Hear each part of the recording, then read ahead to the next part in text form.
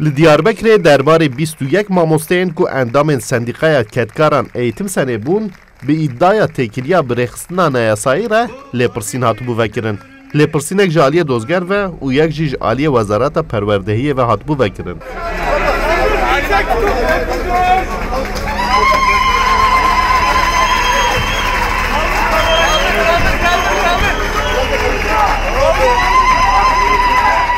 Di encamê de dozger got ew 21 mamoste bêtawanin. Lê Wezaretê biryara îxraçkirina mamosteyan da û mamoste û nûnerên sendîqayan hember vê yekê nerazîbûn nîşandan, lê hêzên asayîşê rê nedan ku mamoste çalakiyê bikin. Rayedarê Sendîqaya Perwerdeyê yê Şeqa Diyarbekir Abbas Şahîn amaja kir ku îxraçkirina mamosteyan kiryarek nehuquqî ye.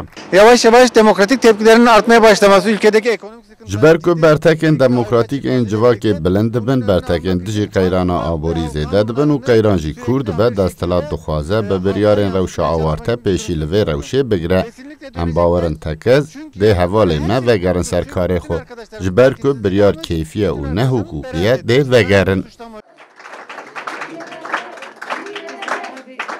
Piştî ku mamosteyan di nava dorpêça asayîşê de daxuyanî dan, ji wê derê derbasî avahiya Sendîqaya Perwerdeyê bûn. Hevseroka Keskê Şükran Kablan Şîl anî zimin ku desthilat bi awayeke keyfî û nehuquqî hember rêxistinên sivîl tevdigere. Bir eylemimiz bir kere daha maalesef keyfi bir şekilde en hukuksuzluğun en âlâ...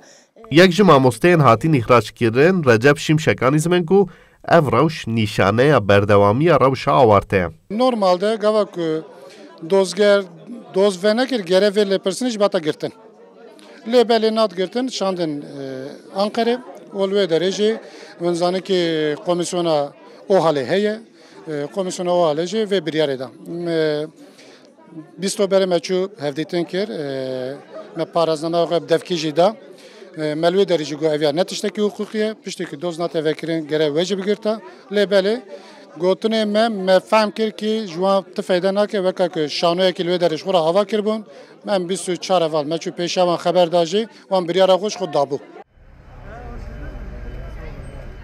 Mamosteyên ku bi biryara Wezareta Perwerdeyê ya Tirkiyeyê ji kar hatine îxraçkirin didin zanîn ku ew ê pêşî serî li dadgehê bidin ku cîbicîkirina biryara îxraçê were rawestandin û paşê jî heta dadgehên bilind dê vê mijarê bibin û doza mafên xwe bikin.